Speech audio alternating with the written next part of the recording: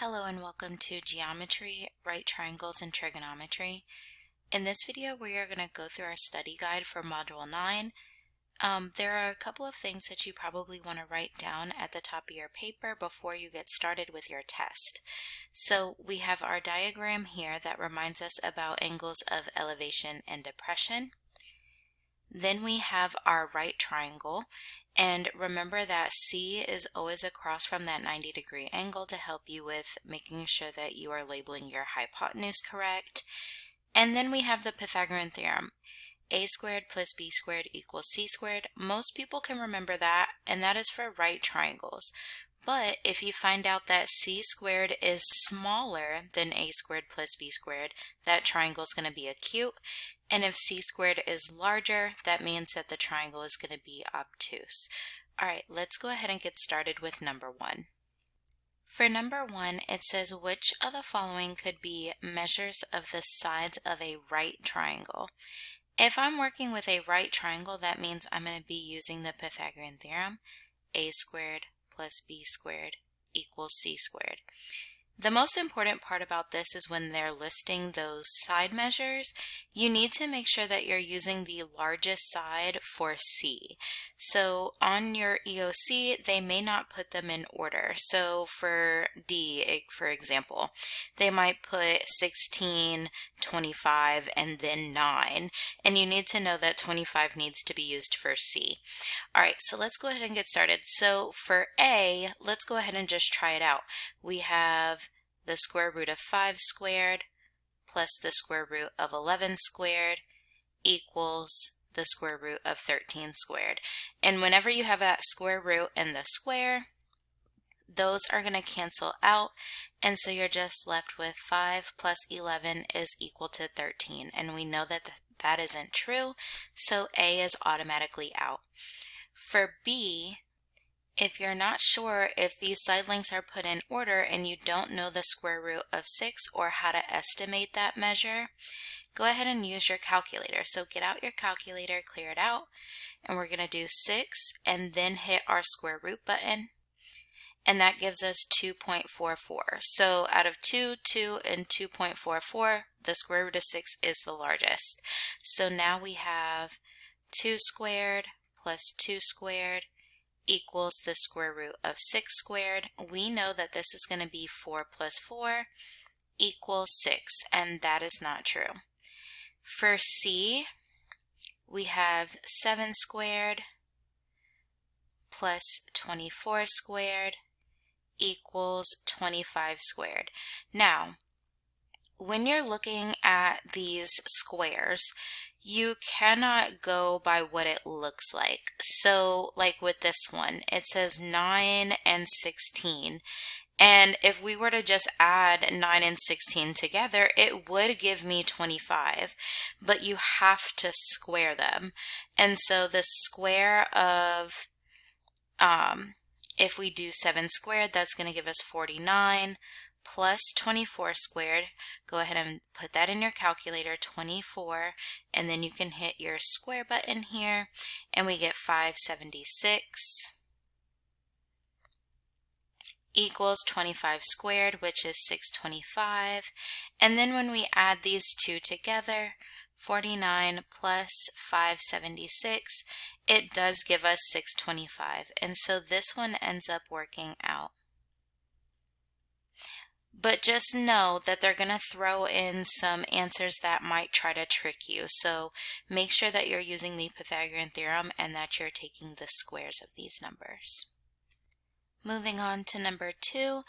This is a word problem, and with our word problems, we need to make sure that we are paying special attention as to how we're reading them. So it says, during a storm, a tree breaks 4 feet above the ground and falls to form a right triangle. If it's breaking here, that means that this vertical height has to be 4.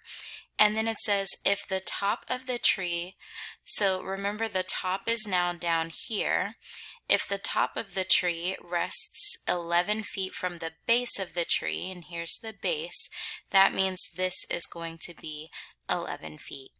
And then we need to make sure that we underline or pay special attention to our question. It says, approximately how tall was the tree before the storm?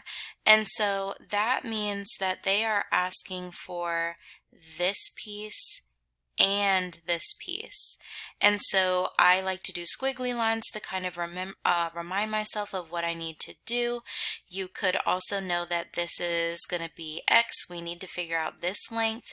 And so maybe putting something like 4 plus X equals, and then something to kind of just remind you of what you're supposed to be looking for. All right, so now from here we have our right triangle. And that is going to be our hypotenuse, and so that would be C, making this A and B.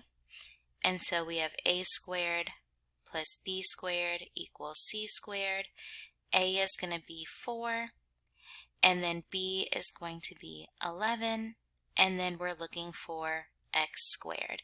And then we're going to go ahead and type that into our calculator. You can type this all the way out. 4 squared plus 11 squared equals 137.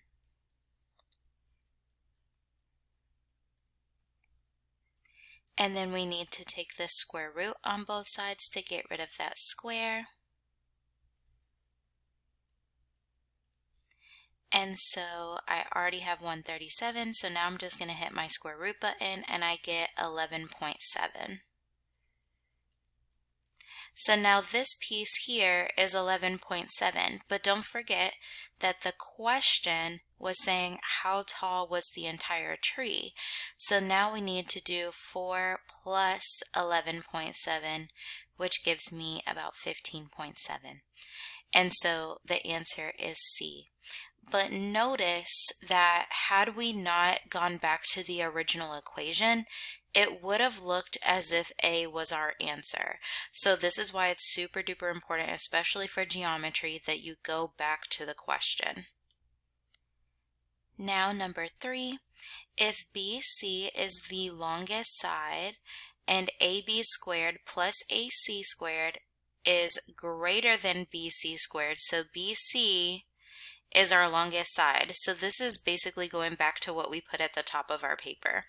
And if BC is less than what I have on this side, that means that this is going to be an acute triangle. And so we want to take special attention to this piece here. And remember, we're reading this from right to left. BC is less than what I have on the left. And then here it says almost the same thing, but it says equals. That's going to be a right triangle. And then if BC is greater than what I have on the left, then that is going to be an obtuse triangle.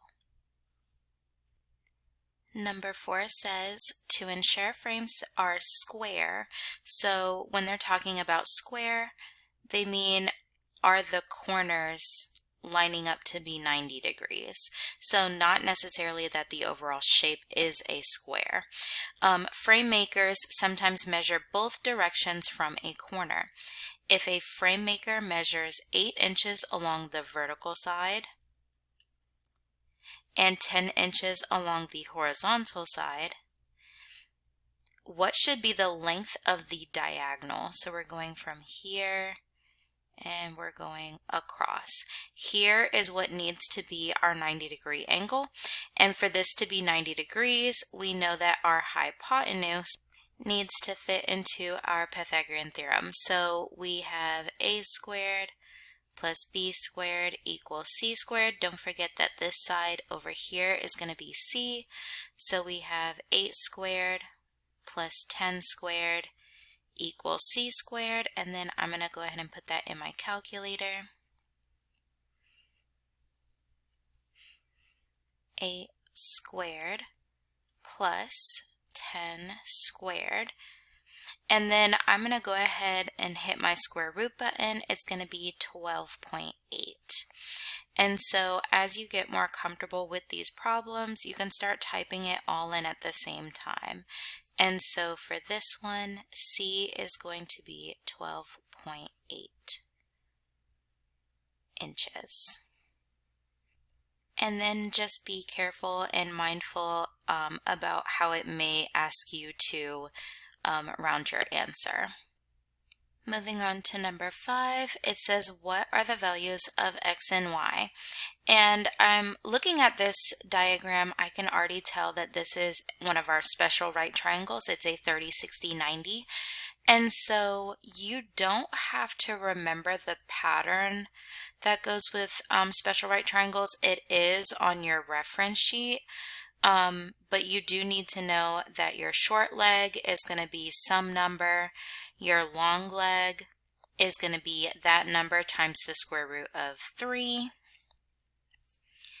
and then your long leg is going to be 2 times that shorter leg, and that is on your reference sheet. If the x's confuse you, just completely ignore these until the very end. So if you need to kind of just redraw your triangle without them, that might make it a lot easier. So in looking at this, they give us our short leg, and so our short leg, which is this, times the square root of 3 is going to give me the long leg, which is down here. And so down here, it's going to be the short leg times the square root of 3. You may want to go back and revisit working with radicals, but we're going to cover a little bit of it today just in this video. But when we multiply radicals, it's the same as putting them both underneath, and this turns into 12 times 3, which is 36, and the square root of 36 is just 6. So this one turns out to be a nice neat number. And our long leg here on this particular diagram is y, and so 6 is going to be y. And then from here, looking at our hypotenuse is going to be 2 times the shorter leg, so 2 times the shorter leg. And if they're not pressing about learning how to simplify radicals, you might get away with putting this on your paper, but it's probably not going to show up that way.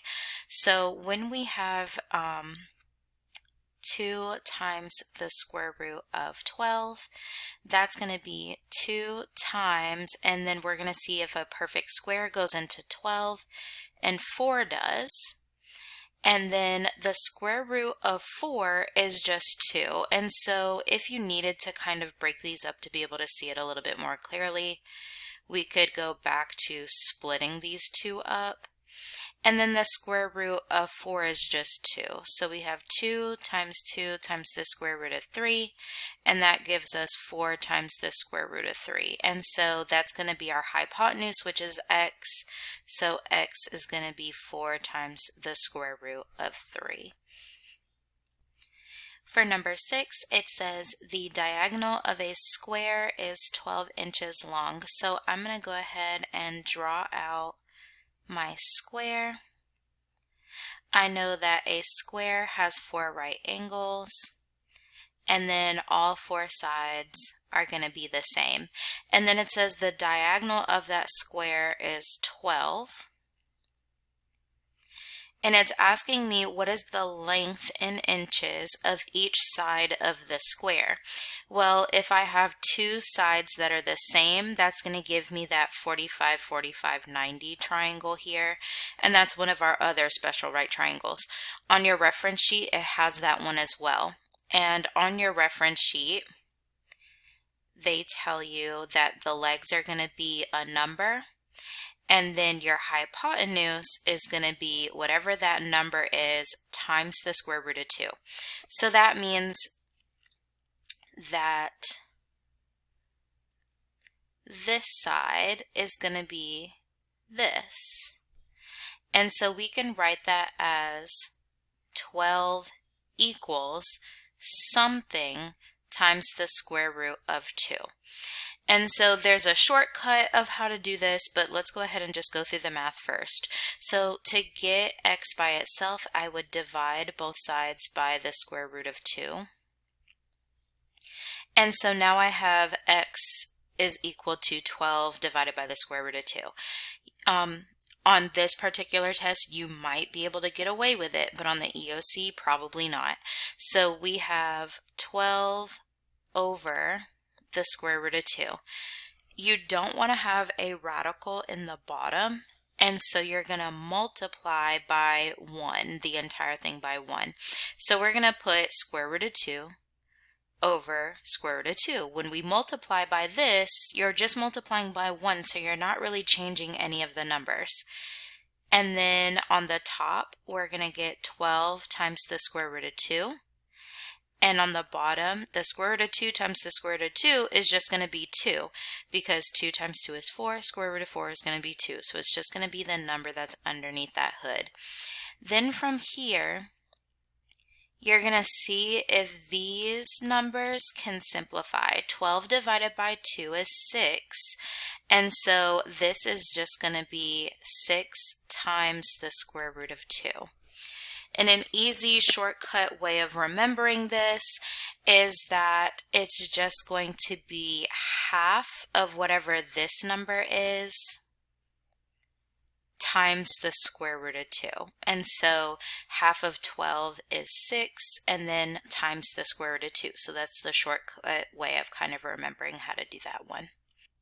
Now let's take a look at number 7. It says 2 radio towers have been positioned 10 miles apart at point A and at point B. So we have some congruency marks here, so I automatically know that if there's 10 miles between them, both of these need to be 5. Point D is located exactly 5 miles from point A, so we get that in our diagram. A third tower will be placed at point C, so this is our third tower.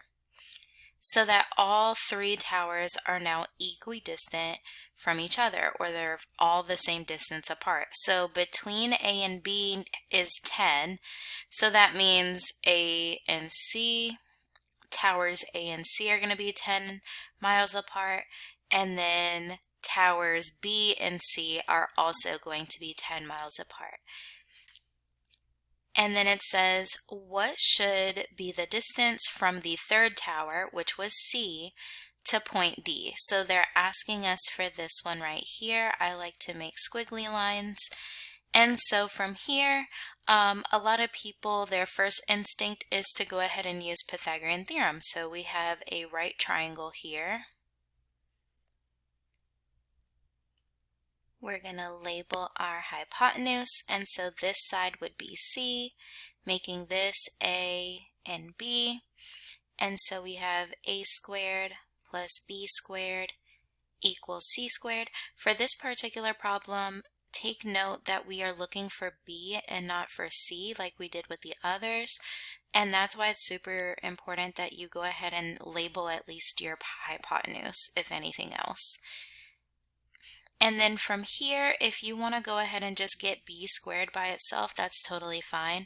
And so we're going to subtract that 5 squared from both sides.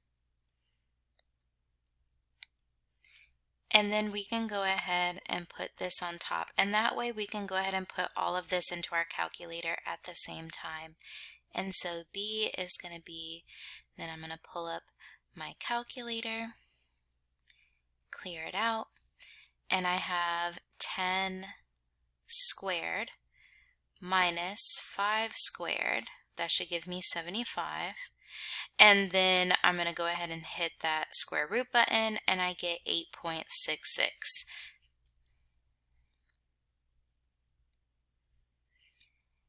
And for this particular problem, it says round your answer to the nearest tenth. That means I want one number behind the decimal, and that 6 is going to change the other 6 to a 7. So that's going to be 8.7 miles for B. So you could have used the Pythagorean theorem to approach this problem. You could have also recognized that this is also a 30, 60, 90 triangle. So as you're doing this problem, you may have noticed that we have a 5 and a 10 here. If the short leg 5 is half of our hypotenuse, or our hypotenuse is 2 times that shorter leg, that makes this a 30, 60, 90 triangle. And if that's the case, and I'm just going to redraw it over here a little bit. So I have 5 and 10, and then this means that this bottom leg, or this long leg, is going to be 5 times the square root of 3. And so you could have also written 5 times the square root of 3, unless in this case they wanted us to round to the nearest tenth.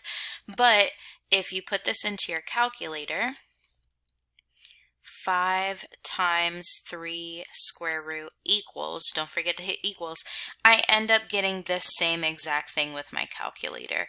And so just kind of know that depending on the question and how they want you to answer it, they might ask for either one. So they might ask for it in decimal form, but then you may also need to do it in radical form as well.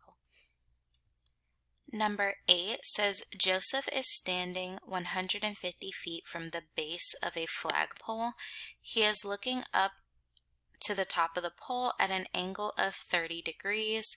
What is the distance from his eyes to the top of the pole?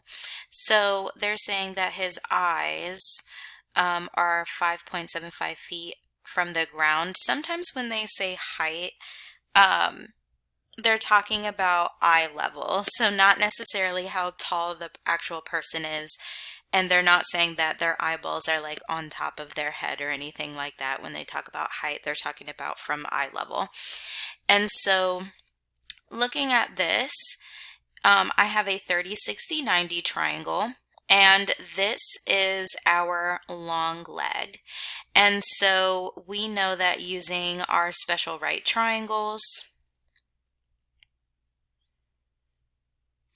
that makes 150 equal to some number times the square root of 3. So instead of going from the long leg straight over to the hypotenuse, which is what we're trying to find in this particular problem, because they asked us to find the distance from his eyes to the top of the pole, it might be easier for you to go from the long leg to the short leg and then to the hypotenuse.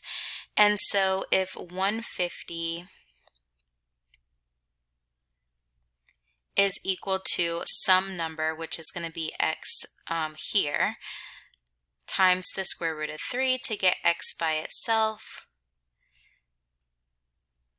we divide by the square root of 3, and you can still use that shortcut that we talked about in number 6. And so I'm going to go ahead and write it out for you, but know that we can take that shortcut. So these would cancel out, and then I get 150 divided by the square root of 3. To get rid of that square root of 3, I multiply by the square root of 3 on the top and the bottom, and I end up with 150 times the square root of 3 divided by 3. And so that's where that shortcut comes in, right? If I have that square root of 3 on the bottom, I automatically know I'm just going to go ahead and take these numbers here and divide them and simplify them out. 150 divided by 3 is 50. So this side of my triangle is going to be 50 times the square root of 3.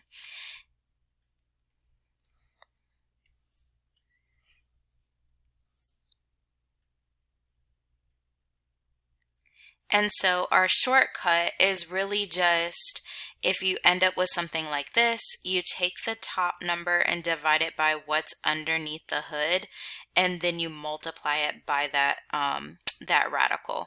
And so that might make it a little bit easier for you, a little bit faster. But if you need to do the math, then do the math. All right.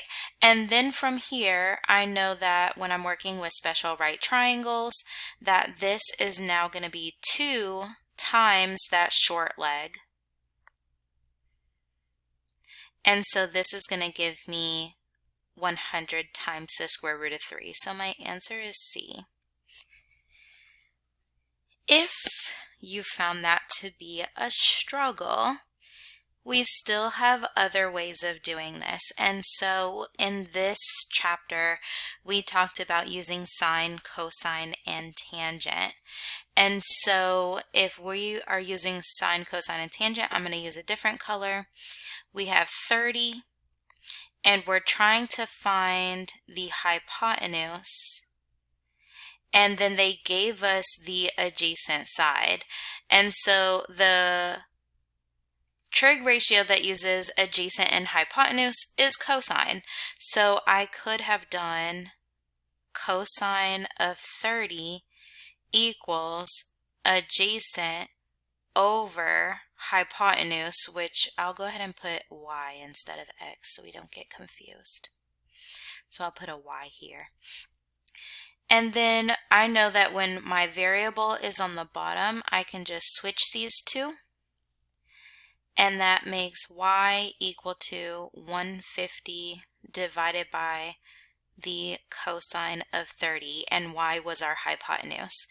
And so if I put this in my calculator,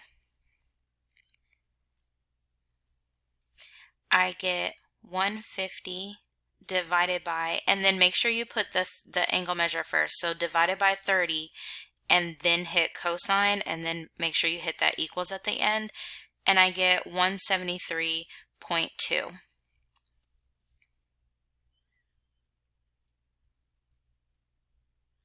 Okay, so if I'm not as comfortable with radicals, I could have used my trig ratios to figure this one out.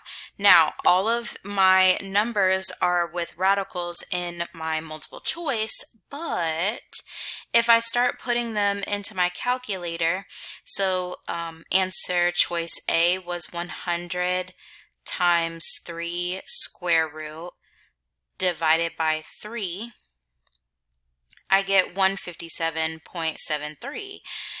For the second one, 200 times 3 square root, and then I like to hit the equals before I divide just to make sure my calculator is doing what it needs to do, and I get 115.4. That's not it either. And then on my last one, my answer choice C, I have 100 times 3 square root equals, and I get 173.2, and that's what I got using my trig ratios, so I know C would be the answer.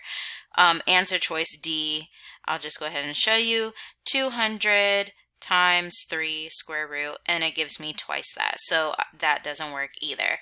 So there are some ways to kind of get around things that you're maybe not as comfortable with. We've seen how if we're not super comfortable with right triangles, or the special right triangles, how we used Pythagorean theorem, how we could use our trig ratios. So sometimes there's ways around it, but you do still want to learn the material. All right, now in looking at number 9, they're just asking about trig ratios, and they're saying which one would have a value of 12 over 20. And so the very first thing we want to do is mark our hypotenuse. And then from here, if I'm looking at angle J, this would become my opposite side. And this is why it's important to do your hypotenuse first so you don't get them confused. And then my adjacent side would be 16. And so looking at my answer choices, I have the cosine of J. Cosine is going to be adjacent over hypotenuse. And so that doesn't give me 12 over 20, so I know this one is out. And while you guys are doing these, you do not have to remember that sine is opposite over hypotenuse, cosine is adjacent over hypotenuse. That part you don't need to remember because that is on your reference sheet. So just kind of keep that in mind, but you do still need to know how to use them.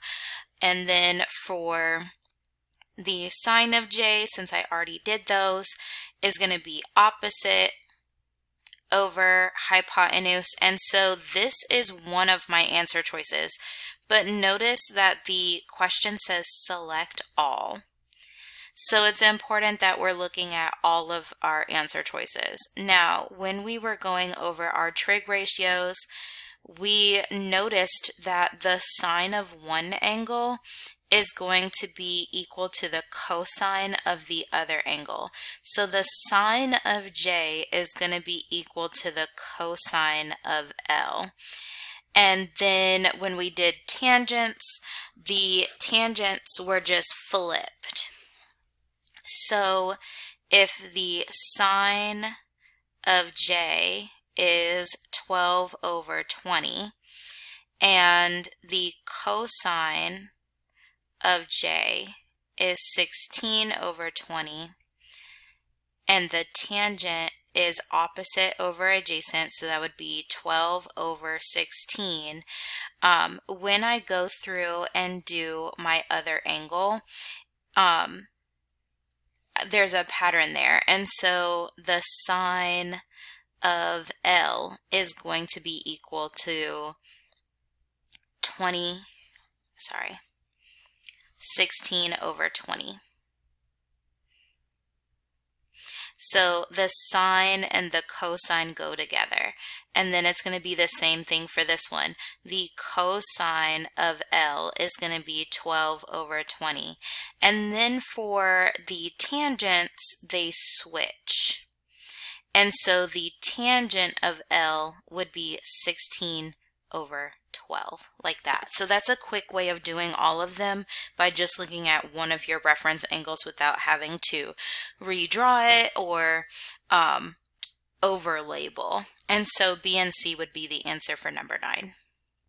Now moving on to number 10, it says, what is the value of tangent 30? And so with this, it would be a 30, 60, 90 triangle because that's the angle measure 30 that we're using. So I know that it's going to be 30, 60, 90. And I could draw out a diagram and try to figure it out, but I don't have to. So with this one, let's go ahead and just use our calculator. And so before, you kind of had to remember what those triangles looked like using the unit circle and kind of going that route, but we don't need to. So with this one, I'm just going to go ahead and put 30, hit tangent, and I get 0.577, 0.577. And so now, especially because this is multiple choice, I'm just going to do 3 square root. That doesn't match. Then I've got 1 divided by 3 square root equals, and I get 0.577. And so I get the same answer with this one. If you're not sure, you could check the others. 3 square root divided by 2. That doesn't work. 3 divided by 2 square root equals, and then I get 2.12. So for this particular one, you can just use your calculator. If you were thinking through that special right triangle, I know 30 is here, and we know that everything was based off of that short leg, right? So that would be 1 on this side. The hypotenuse is 2 times the short leg, so 1 times 2 is 2. And then this side, my long leg is the short leg, so 1 times the square root of 3. And then if I thought about the tangent, it would be opposite over the adjacent, 1 over square root of 3. So I could have drawn a diagram for this, but because I have a calculator, it wasn't necessary. Moving on to number 11, it says, what is the measure of angle R? And so here you can go ahead and put theta, you can put x, or you can just leave it as R if you want and just mark R. And then it says, what is R to the nearest degree? So when I label my triangle, I automatically label my hypotenuse. if I'm looking at angle R and I go across, this is going to be its opposite side, and then RS would be the adjacent. And so we're looking for the trig ratio that uses the hypotenuse and the opposite side, and that's going to be sine. So you could write this as sine R. You could have written this as sine theta because you put a theta there. You could have put this as sine x if you wanted to put x there. It really doesn't matter. So the sine of R is going to be opposite over hypotenuse, so 34 over the hypotenuse, 87. And I want to get R by itself, so that means I need to get rid of the sine. And so I'm going to do sine inverse. So you have that little -1 as your exponent there. That is going to cancel this part out and just leave R. And so I have R equals, and then when you go to write this, you put sine inverse first, then we put our fraction. Now, in using this calculator, you need to be extremely careful how you type these in. So I would also recommend getting used to using your Desmos calculator, the calculator that's going to be available on screen during your EOC. In that case, you would just type it straight in. One thing I do want to point out when we're using our trig ratios, make sure that your calculator says degrees. If your calculator does not say DEG at the top, you're going to hit this button until it changes. So notice that it changes to radians, and then we can get it back to degrees. Make sure that it says degrees, and the same thing goes for your Desmos calculator as well. All right, so for this problem, we put in our fraction first, so 34 divided by 87. And I like to hit the equals button. And then to get the sine inverse, notice that it's in green, so you have to hit your second button first, then hit sine, and then I always just hit equals at the end just to be careful and make sure that it says what it needs to say. With these calculators, it's hard because you can't see what you type in. So it's very easy to make a mistake. So this one says 23.00, and it says round to the nearest degree, so this is just going to be 23 degrees. All right, looking at number 12, it says the hypotenuse of a right triangle is 20 units. So I'm going to go ahead and draw a right triangle. And it says my hypotenuse is 20. And then it says one of the acute angles is 35. So it doesn't really matter which one I use. I'm just going to use the top one. And then it says to the nearest tenth, what are the lengths of the legs?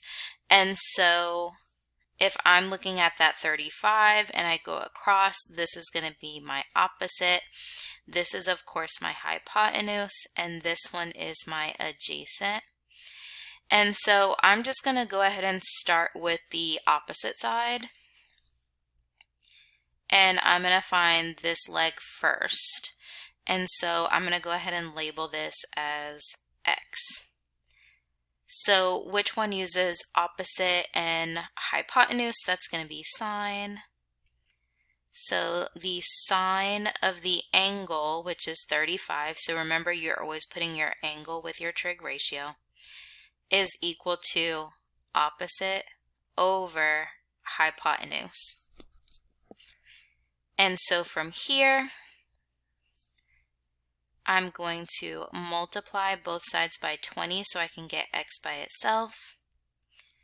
And I get 20 sine 35 equals x. When you go to put this in your calculator, we put 20 times 35, you put the angle in first, then you hit your sine button, and then always hit that equals sign at the end just to be sure. So this is, it says round to the nearest tenth, so we've got 11.5.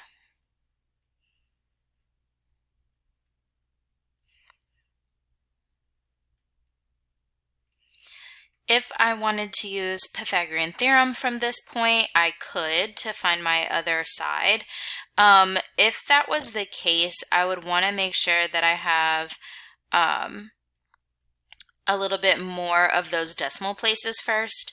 So if I was using Pythagorean theorem, I might do 11.472 or something like that, just to make sure that I don't over round and end up slightly off by like a degree when I go to do Pythagorean theorem. I'm just going to keep using trig ratios, and so if I wanted to find the adjacent side, I already have my 35, so I could do the cosine of 35 is equal to my adjacent side. So let's say I made this y is equal to y over 20.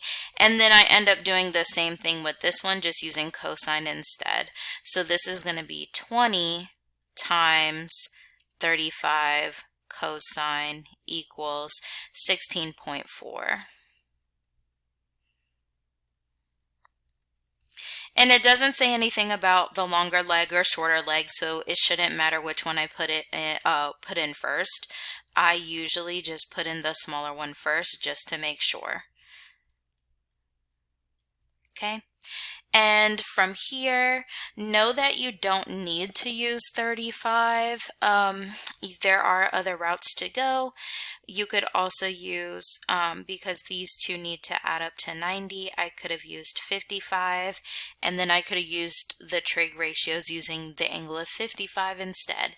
I could have used Pythagorean theorem once I found one of the other sides. So there's some leeway as to how I can go there.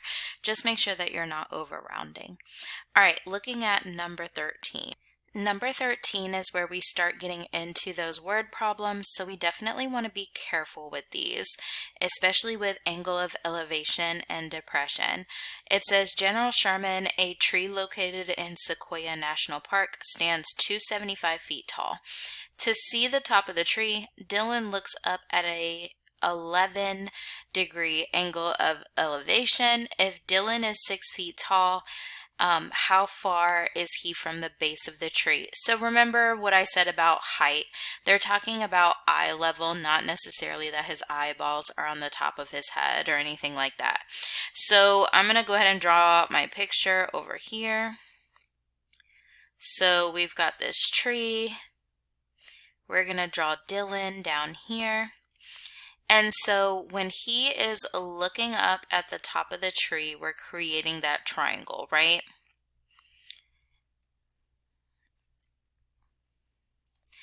Now, remember, they said that his eye level is 6 feet.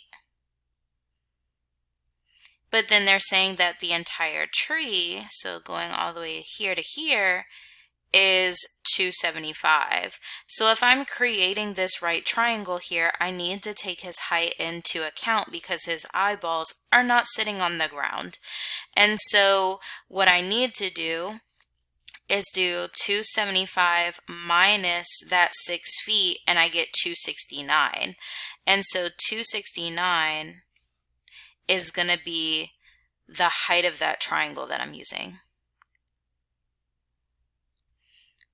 And then when he's looking forward, that means this is him looking straight, and then he's turning his head up or tilting his head up so he can see the top of the tree. So the angle of elevation, that means he's raising his head and raising his eyesight by 11 degrees. So that 11 degrees is inside that triangle.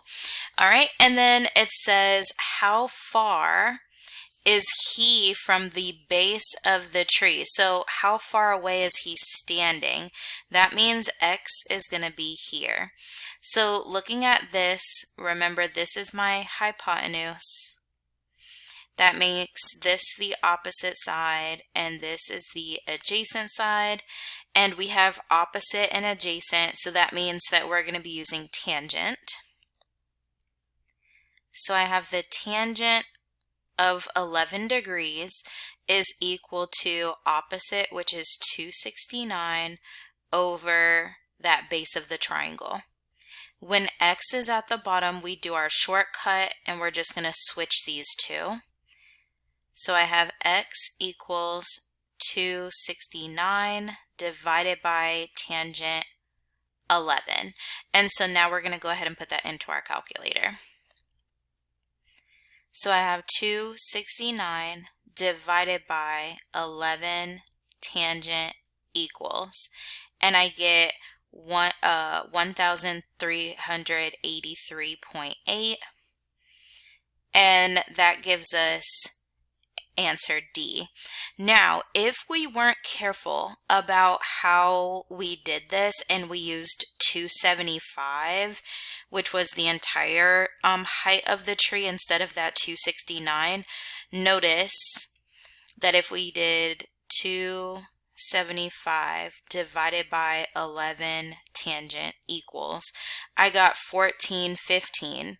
That would have made it answer B. So just keep in mind that it's super important that you read these correctly, that you're drawing your diagrams correctly, especially when it comes to multiple choice, because they're always going to put an answer, the most common wrong answer on there. All right, now let's look at number 14. It says an airplane is flying at an altitude of approximately 3 miles above ground level. The pilot sights a landmark at an angle of depression of 13 degrees. So let's go ahead and just draw out this triangle. So I've got a plane here, don't laugh at my plane, and we've got 3 miles above the ground, right? And he's spotting a landmark down here. So let's go ahead and draw out his eyesight towards this landmark. I'm just going to put L here for landmark. And so we're creating this triangle here. If he was looking straight ahead, right? If he's looking straight ahead and then changes his eye gaze down by 13 degrees, that means this part is 13 degrees. It's not actually in our triangle.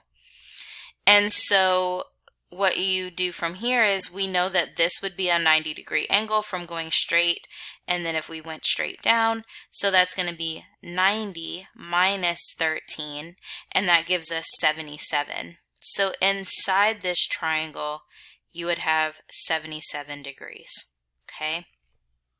And then let's continue on with our word problem. It says 1 minute later, the pilot sights the same landmark at an angle of depression of 28. So instead of me marking up this same diagram, I'm just going to go ahead and make another one. So I have my plane here. And then he's spotting that same landmark. But instead of at a 13-degree angle of depression, it's now 28. And then I'm just going to do that same thing where I do 90 minus 28 equals, and I get 62. And then it says, to the nearest tenth of a mile, how far did the plane fly in that minute? So the landmark isn't changing. The landmark is still in the same place. So now we're trying to figure out the difference between those two distances. And so I'm going to go ahead and put X on this one and then put Y on this one. And I know how much they traveled. Because remember, the plane is not going towards the landmark. It's not nosediving towards that landmark. It's still traveling straight and going towards the landmark, but straight above it. Okay, and so we want to find the distance between X and Y. So if you need to, go ahead and remind yourself that we're looking for X minus Y as that plane is either getting further or closer. Okay, and it should be getting closer to the landmark. So we've got this, and so now let's go ahead and do what we need to do. So we've got opposite over hypotenuse, over adjacent. This is my hypotenuse. And then this is my hypotenuse. And because we're doing the same thing, I'm just going to go ahead and mark both of these at the same time. So we're using opposite and adjacent for both of these. And that means we're going to be using tangent. So really, it's going to be tangent 77 equals opposite over adjacent. Then we have tangent 62 equals opposite over adjacent. We know that we're just going to multiply by 3 for both of these. And so I have 3 tangent 77 equals x, right? Well, I'm just going to go ahead and do this whole problem at the same time. So minus 3 tangent 62.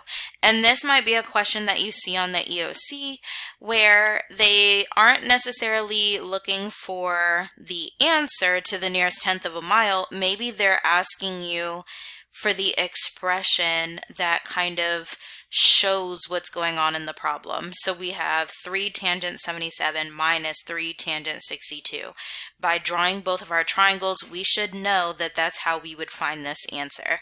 So this could be an answer where they ask you for the expression versus evaluating the actual answer. And then from here, let's go ahead and do it. So 3 times 77 tangent equals minus 3 times 62 tangent equals, and I get 7.35. And it says round to the nearest tenth, and that 5 is going to change to 3, so I have 7.4 miles for number 14. Moving on to number 15, it says a new playground will have a boundary in the shape of a triangle. 2 sides of the boundary have lengths 105 feet and 115 feet. So I'm just going to create a triangle. There's nothing in this that says that it's a right triangle, so I just kind of draw something like this. And it says I have 105 on one side, 115 on another side, and then it says these 2 sides meet at a 78-degree angle. And then it says, what is the area of the playground? So this is where we can use sine for area. So that means we have A equals 1/2 AB sine C. And this is not the same way that we mark up right triangles where C is always the hypotenuse. In this case, they're saying side A, and then across from side A would be angle A, capitalized, side B, lowercase b, and then angle uppercase B. And so when they say C for this one, it is not the hypotenuse or anything like that. This is going to be the included angle.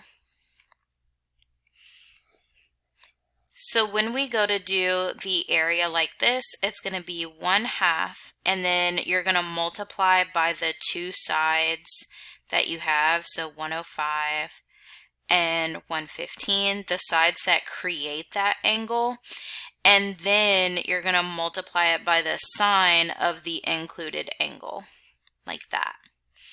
And then we're going to go ahead and just pop this into the calculator.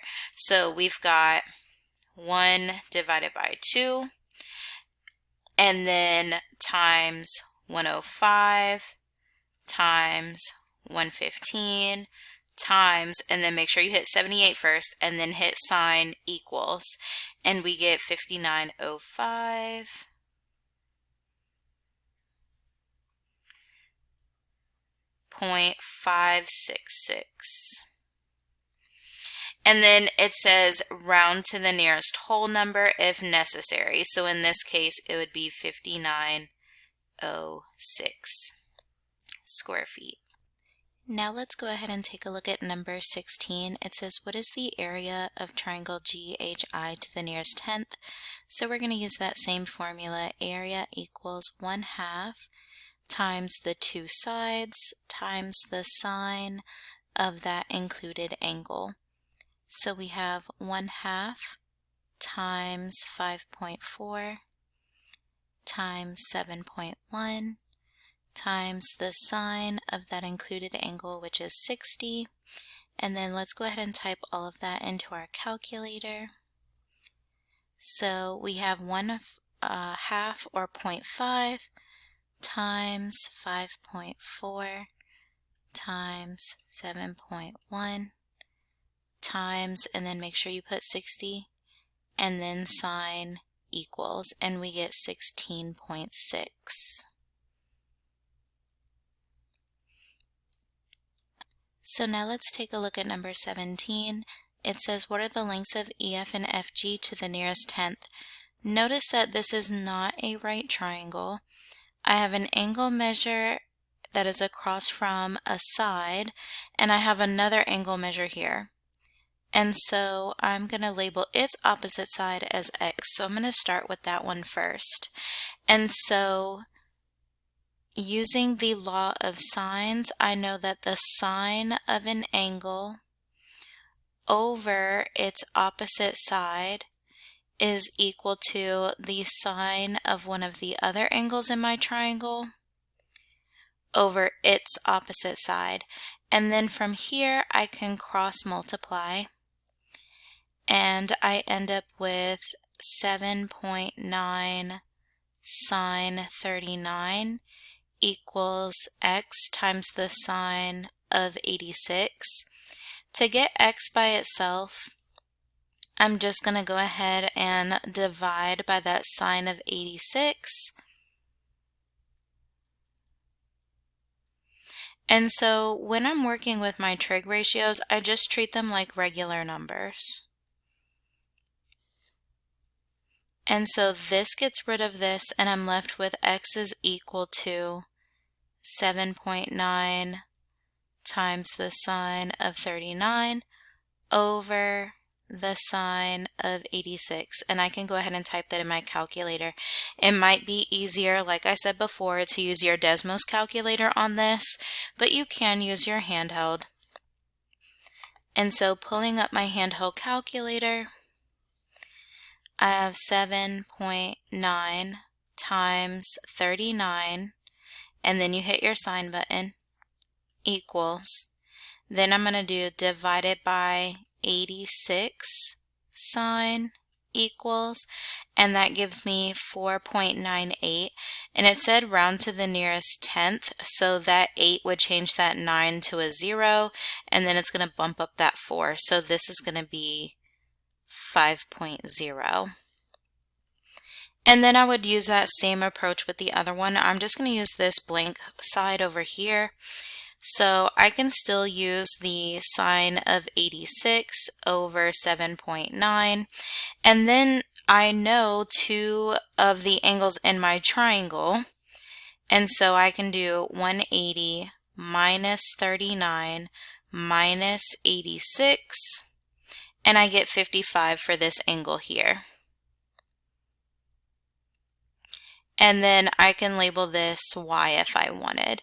And so the sine of 55 over y. And then I would do the exact same thing for this one.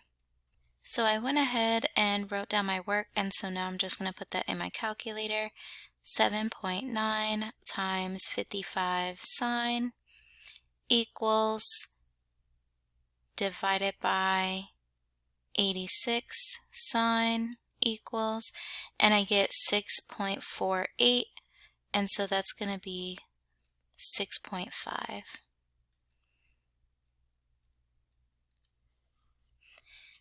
Okay, now let's go ahead and move on to number 18.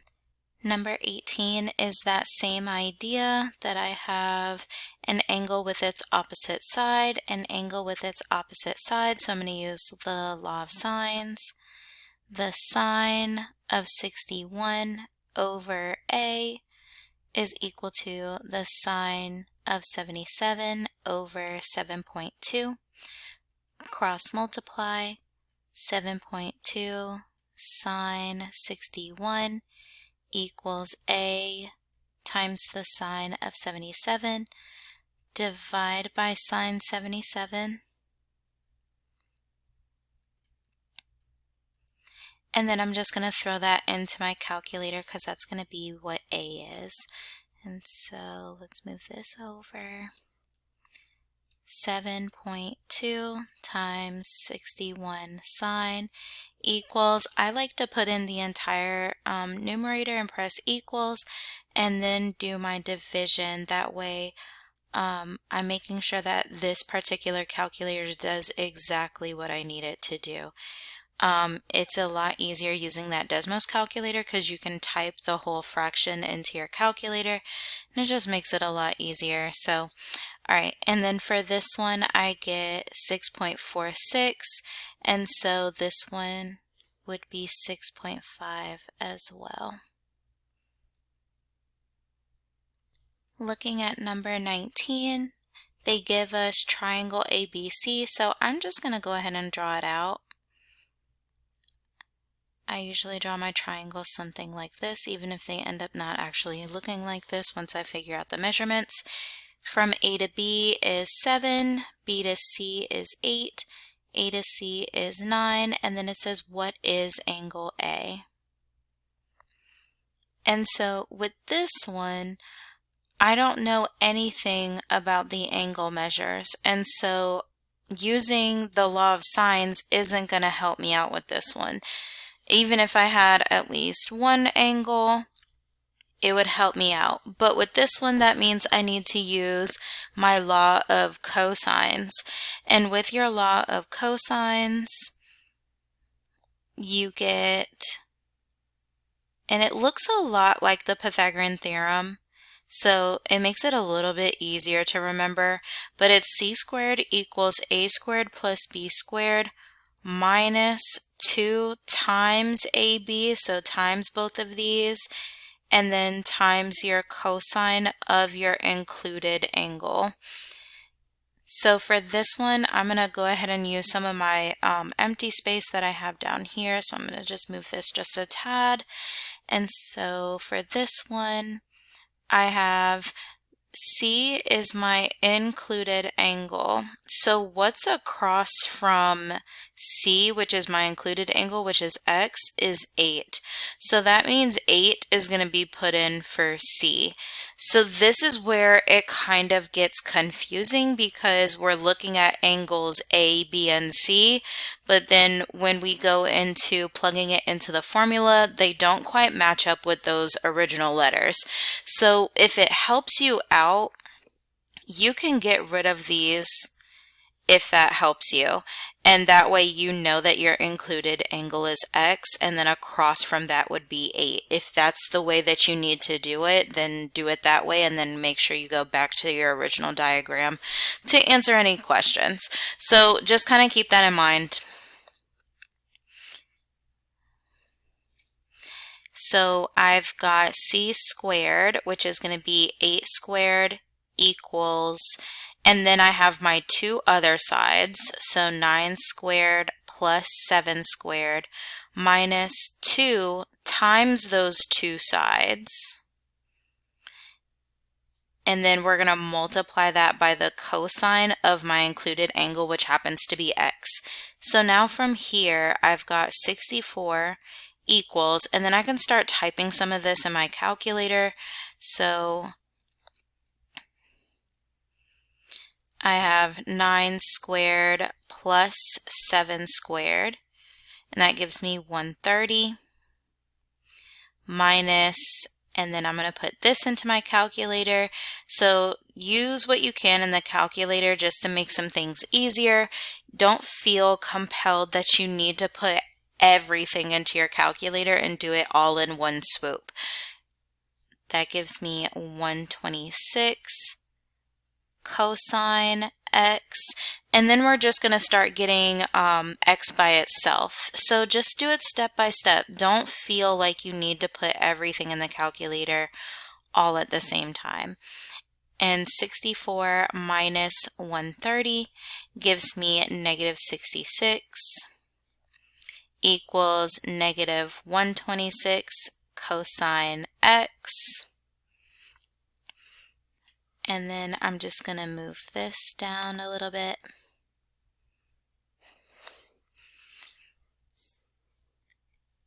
And so to get cosine by itself, cosine x by itself, I'm going to divide by 126 on both sides. And that is going to get rid of this coefficient for me. So now I just have the cosine of x. But I know to get rid of cosine, I'm going to do the inverse. And that means this entire fraction goes into parentheses. So x equals inverse cosine of negative 66 over negative 126, close up my parentheses, and now I can put this into my calculator. So remember, we put our fraction in first, so 66, make it negative, divided by 126, make it negative, equals, and then you're going to hit second cosine for that inverse. Notice that it's in green, and then press equals at the end just to make sure. And now we've got x equals 58.41.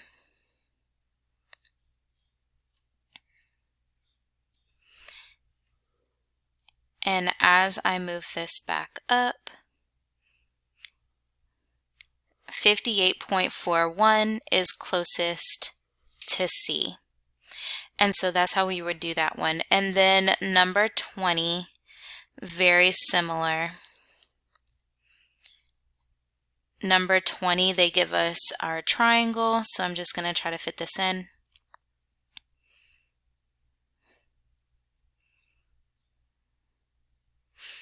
And it says B, and so B is across from angle B, and so this is going to be 4. C is going to be across from angle C, and then A is 25 degrees. We can use the law of cosines with this one as well. Notice that we only have one angle measure, so that kind of signals, hey, you need to use the law of cosines.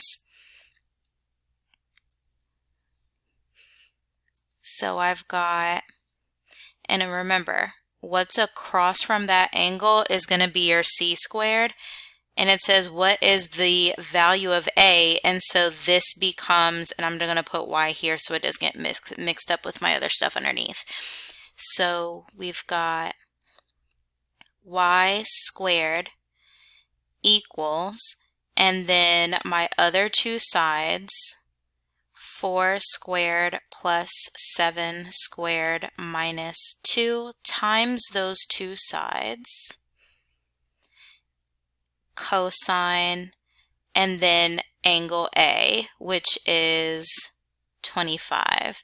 And then, of course, we know to get Y by itself, we would need to take this square root, and so we can go ahead and just type this entire thing into our calculator. With the other one, we were solving for this piece here, which can be a little bit harder, right? And so you want to kind of do it piece by piece with when you're finding the angle. But if you're finding one of the sides, it's a little bit easier to type, especially if you're looking for that opposite side, just to put that whole thing in. All right, and so let's go ahead and put this into our calculator. Let's clear it out. 4 squared plus 7 squared minus 2 times 4 times 7 times 25, and then hit your cosine equals. So that's what's underneath the radical. Then we're going to take its square root, and I get 3.77. And my answer is going to be 3.8 if I round it to the nearest tenth. And that concludes our review of our study guide.